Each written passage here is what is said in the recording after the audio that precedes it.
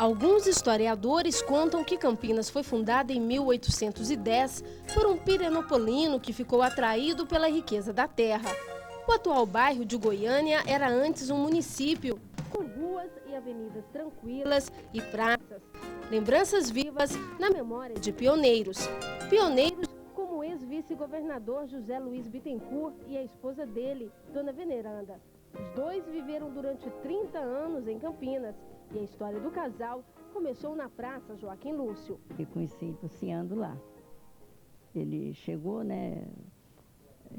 Eu morava em Campinas já assim, há 2, 3 anos quando ele chegou. Como é que era o namoro ali na Praça Joaquim Lúcio? Era um namoro assim, muito inocente. Não podia assim, nem pegar na mão. Porque os pais estavam sentados nos bancos vigiando. A pioneira conta também como era o fornecimento de energia em Campinas durante a Segunda Guerra Mundial. Começava coisa de entre 6, 7 horas e ia até meia-noite. Chegava meia-noite, apagava mesmo a luz. Aí todo mundo já tinha que dormir, né? Não tinha televisão, não tinha nada. A gente tinha um rádio. José Luiz Bittencourt, um eterno apaixonado por Campinas, conta suas lembranças. Havia um espírito assim comunitário, um espírito de convivência social mais acentuado. As famílias se conheciam assim mutuamente, famílias tradicionais, como as dos Moraes, as dos Lúcio, as dos Tavares e sobretudo de um dos chefes políticos da cidade também, chamava-se Ricardinho de Oliveira Ney, foi prefeito, vice-prefeito de Goiânia. Quando apareceu Goiânia, como é que as pessoas faziam para ir de Campinas até a cidade? Era utilizado o transporte de veículos chamados jardineiras, hoje são os ônibus, né? Durante a guerra, esses veículos eram movidos a gasogênio e muita poeira no caminho, porque não havia asfalto. Geralmente a viagem demorava de 25 a 30 minutos. A maioria dos funcionários públicos, nesse tempo do Estado, residia em Campinas.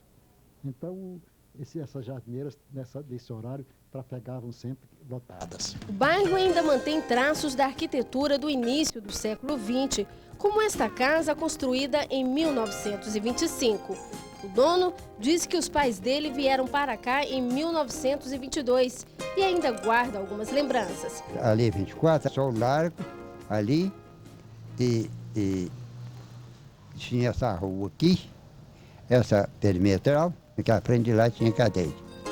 Outros pioneiros que fazem parte da história campineira viraram nomes de ruas e praças, como José Hermano, o jornalista e farmacêutico Onestino Guimarães e o coronel Joaquim Lúcio, que dá nome a um dos locais mais tradicionais do bairro. Em frente à Praça Joaquim Lúcio está o Palace Hotel, um monumento histórico. Este prédio foi construído nos anos 30 e tombado pelo Patrimônio Histórico em 1991. Antigamente, os políticos usavam esta sacada como palanque. Já passaram por aqui líderes como Alfredo Nasser, o fundador de Goiânia, Pedro Ludovico Teixeira, e os ex-presidentes Getúlio Vargas e Juscelino Kubitschek. O antigo hotel agora é sede da Biblioteca Municipal Cora Coralina, que compõe um cenário que chama a atenção de muitos escritores. Um deles, Orieste Gomes, viveu quase 50 anos em Campinas. As memórias da vivência dele no local viraram um livro em que conta, por exemplo, onde eram os locais de diversão da época. O encontro digamos que concentrava maior número de pessoas era a Praça Joaquim Lúcio, né? Onde existia o coreto no centro da praça, onde a banda musical tocava a retreta para a população. O que era retreta? Retreta é diversos tipos de música popular, né? São as formas que a banda toca, nós chamamos retreta, né?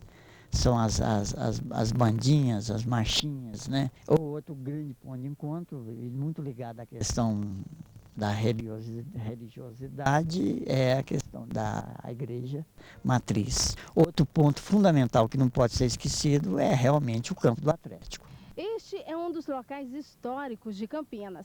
Nós estamos no estádio Antônio Ascioli, o campo do Atlético, que leva o nome do patrono do time mais antigo de Goiânia. Antônio Ascioli foi responsável pela construção desse estádio, onde aconteceram os jogos mais importantes de Goiânia. Este lugar guarda histórias curiosas, como a do jogo apitado pelo primeiro prefeito de Goiânia, Venerando de Freitas, que também era juiz de futebol nas horas vagas. Mas este local, que faz parte da história do futebol em Goiânia, está com os dias contados. O estádio deve ser demolido ainda esse semestre para dar lugar a um shopping.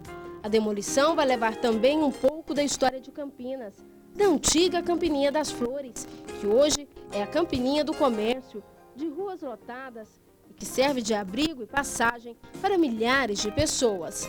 Muitas delas, talvez, nem conheçam a história de Campinas.